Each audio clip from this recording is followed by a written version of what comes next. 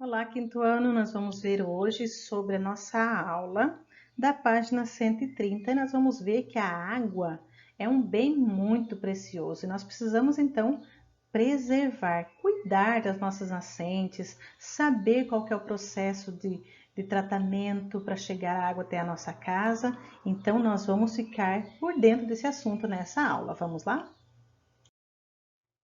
Primeiro, nós vamos fazer então uma atividade muito legal do cientista em ação, tá? Então, na página 30, na 130, nós temos então uma descoberta, uma pesquisa, né, para você fazer. Nós vamos ver então fazer um experimento científico. Você gosta de fazer essas coisas. Então, nós vamos ver a influência da água na temperatura da Terra.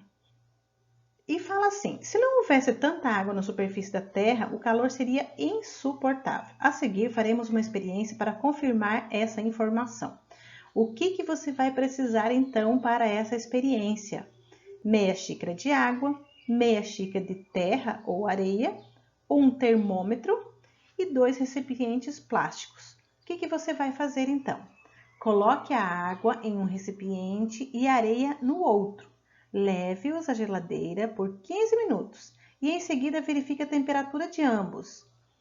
Aí depois, deixe lá na geladeira por 15 minutos. Depois, deixe os mesmos recipientes sob a luz do sol por 15 minutos e depois meça a temperatura de ambos. Então, você vai fazer a comparação.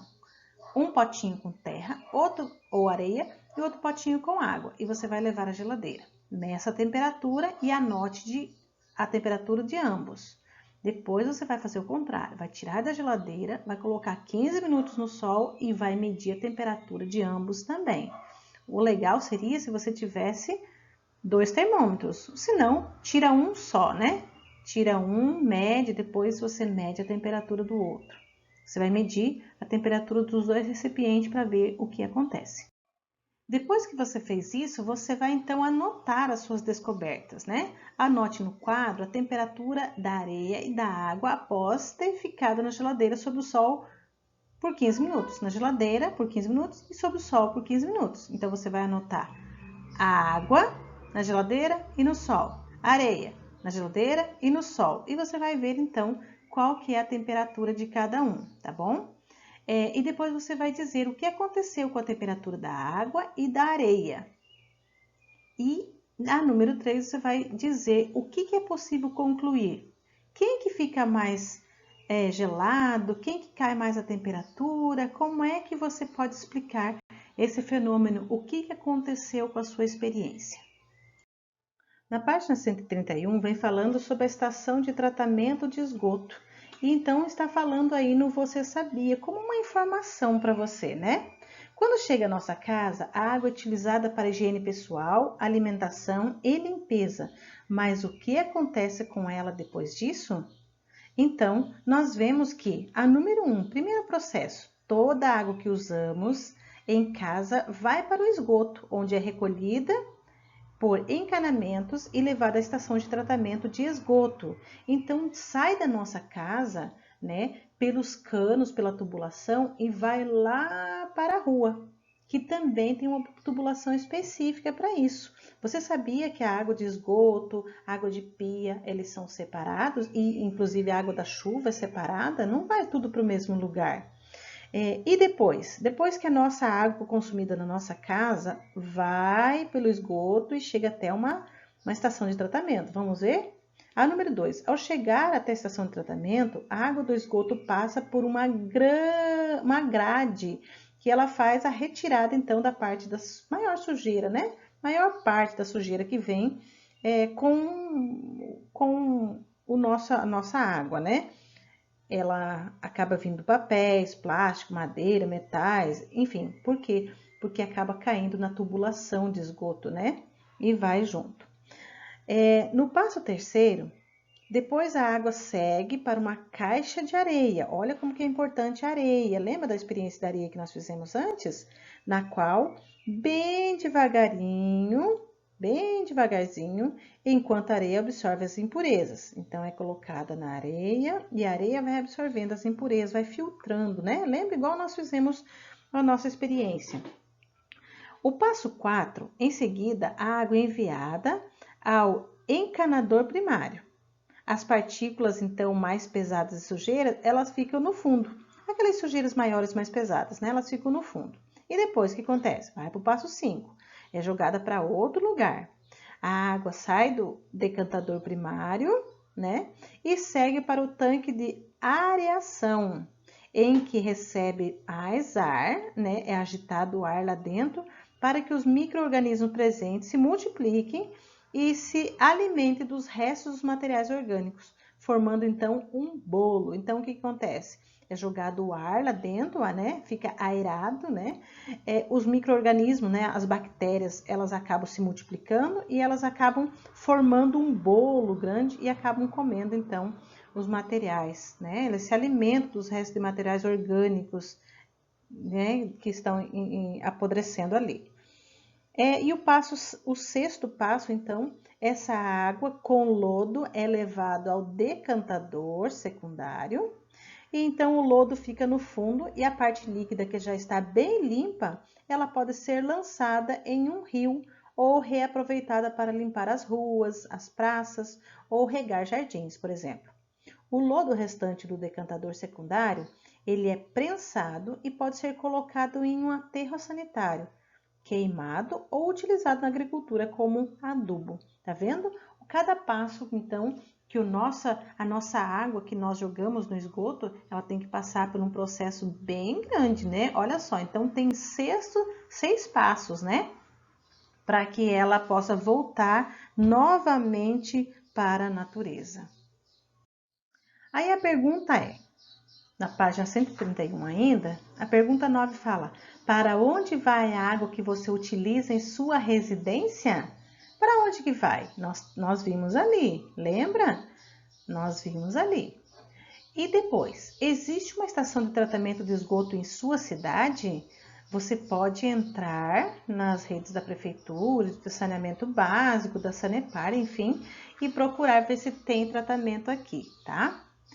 Em sua cidade, o modo de como o esgoto é tratado favorece a proteção da natureza? Justifique. Quando você for pesquisar, então, você vai ver se favorece a proteção da natureza. É jogado a água suja na natureza? É feito, então, esse tratamento para que não haja impureza, né, nos nossos rios, para não matem nossos peixes? Será que é feito isso?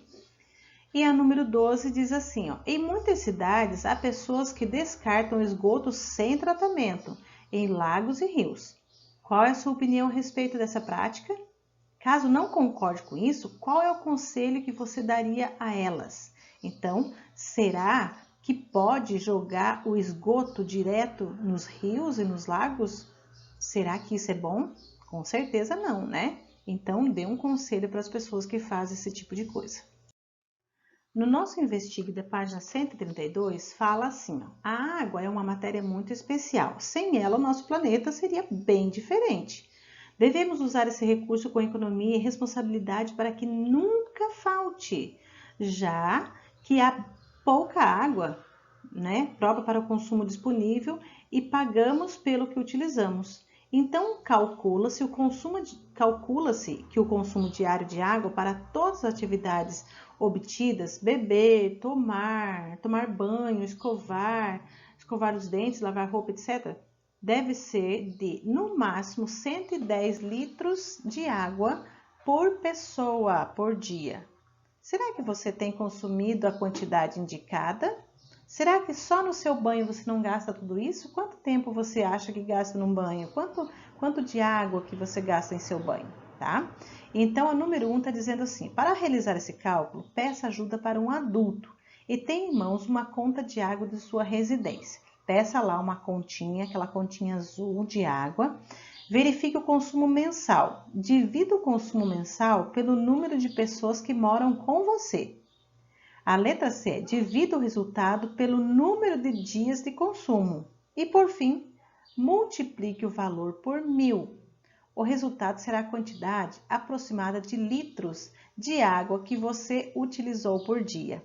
Olha só, então você vai ter que dividir esse consumo, pega a continha, divida o consumo de água mensal, quantos metros cúbicos tal de água, né? pelo número de pessoas que vocês moram. Depois divida esse resultado pelos dias de consumo. Ah, foi 28 dias, foram 25, né? Aí você vai ver. E daí depois que você dividir, você vai multiplicar por 1000. E você então vai ter a quantidade aproximada de água que você utilizou por dia. Após você fazer essa pesquisa, você deverá então preencher a tabela a seguir, né, com os valores que você calculou e comparar os resultados com os seus colegas. Então, a gente pode, em uma das aulas depois, a gente pode comparar quem gastou mais e tal, tá? Então, você vai anotar o consumo mensal, aquele que vem anotado na conta de água. Você vai colocar o número de moradores da sua residência. Você vai anotar o tempo de consumo em dias, né? Quantos dias a Sanepar anotou, né? Quantos dias levou em consideração aquele gasto. E aquela continha que você fez de multiplicado por 1000. E agora você vai colocar o resultado em litros. Quanto cada pessoa gastou por dia, né? Ou por mês, no caso. Quanto a quantidade de água foi gasta por mês por pessoa, né? Número 3 diz assim: seu consumo diário de água é maior ou menor que o ideal? Caso seja maior, em sua opinião, por que isso acontece? Por que está acontecendo isso? Lembra que nós falamos que o ideal seria de no máximo 110 litros por pessoa? Sim, imagina. Então, se deu mais, a gente pode estar economizando então. E a número 4 diz assim: quais ações ajudam a evitar o desperdício de água? E você poderá então fazer aí no seu livro, na sua apostila, dar dicas de como nós podemos evitar desperdício de água, tá certo?